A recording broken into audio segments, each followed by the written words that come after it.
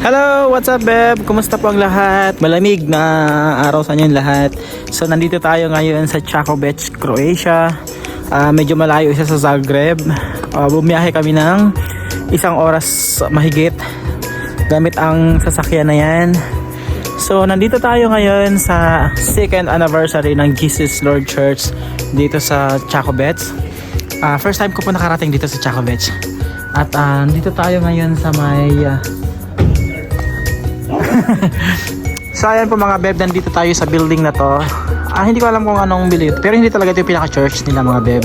Dito lang tayo magsasagawa ng 2nd anniversary ng Jesus Lord Church Čakobec dito sa Croatia. So pasok tayo sa loob.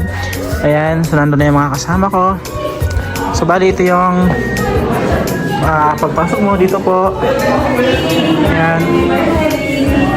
Siyempre, ito yung pagpasok mo. Yan, nag-ano sila. Tayo yung pinaka-stage, si Pastora. I-post natin para pag dumami ang mga ano dito. So, ito yung pinaka-team for this month. So, ayan po, nagsisipaghanda sila sa gawain for today's anniversary, 2nd anniversary. Punta dito sa stage. Ayan, sa mga gusto mag-church dito po sa Čakobec, huwag napanood dito lang po yan. Punta lang kayo dito.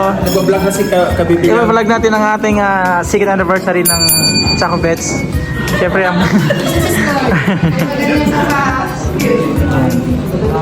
So, ayan, happy 2nd anniversary ng Jesus is Lord Church Croatia, Čakobec. Siyempre ang mga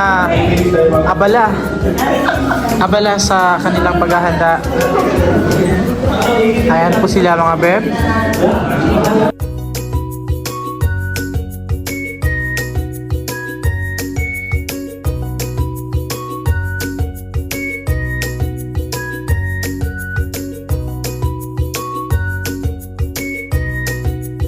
So ayan po si Pastora Gina, aming pastora dito sa Croatia.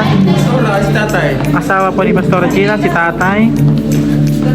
Ang susunod na pastora ng Čakobec po, si Sis Nancy.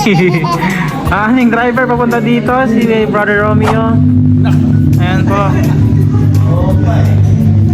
So sa mga nais pong mag-church, naghahanap ng church dito sa Croatia, sa kung kayo nasa Čakobec at naghahanap kayo ng church, ayan, hanapin nyo lang po dito sa Čakobec ang Jesus is Lord Church at dito nyo mahahanap ang inyong hinahanap. Ayun. Sabi ni Lord, seek first the kingdom and the righteousness of God, and all these things shall be added unto you. Kaya naman, hanapin nyo ang Jesus is Lord Church dito sa Croatia. Sa Čakobec, kung kayo nandito. Ayan po. Ayan, so at ito po yung behind the scene. Ito yung behind the scene. Tayo po ay nasa kusina. Ayan. Saan po yung ulam nyo? Like, ang daming pagkain para sa anniversary po nila. Yung rice natin. Oo, yan. Ito po yung ulam. Sasyado. Ay, wow, sarsyado. Itong Sarap. Kanin. Ay, wow, tay. Sarap niyan, tay. So, ito yung behind the scene. Preparation for the 2nd anniversary ng Jesus Lord Church Čakobec. May pansit dyan. Ito, hindi ko alam kung ano to. Baka biko yan. Ito, sapin-sapin. Ito, pansit malamang din yan. Meron ditong embutido. Ayan, si tatay kumakain na. May mga tinik na diyan. Ayan. gusto mo kainin. Sige, kakain na rin po ako mga pets.